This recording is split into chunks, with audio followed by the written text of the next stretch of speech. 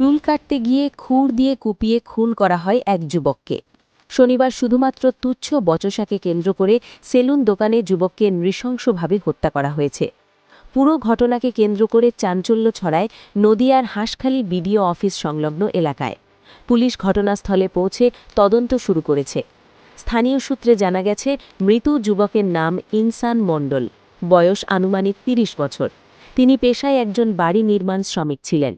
শনিবার স্থানীয় একটি সেলুনে গেলে সেলুন মালিকের সঙ্গে কোনো বিষয় নিয়ে তার বচসা বাঁধে।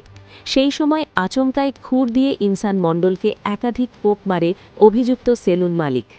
গুরুতর জখম অবস্থায় ইনসান মণ্ডলকে দ্রুত উদ্ধার করে শক্তিনগর জেলা হাসপাতালে নিয়ে যাওয়া হয়। চিকিৎসক তাকে মৃত বলে ঘোষণা করেন। অভিযুক্তকে গ্রেপ্তার করা হয়েছে। মৃতের ভাই সানু মণ্ডল জানান, আমার দাদা শুধু চুল কাটতে সেলুনে গিয়েছিল। হঠাৎ কোনো কারণ ছাড়াই সেলুন মালিকের সঙ্গে কথা কাটাকাটি শুরু হয়।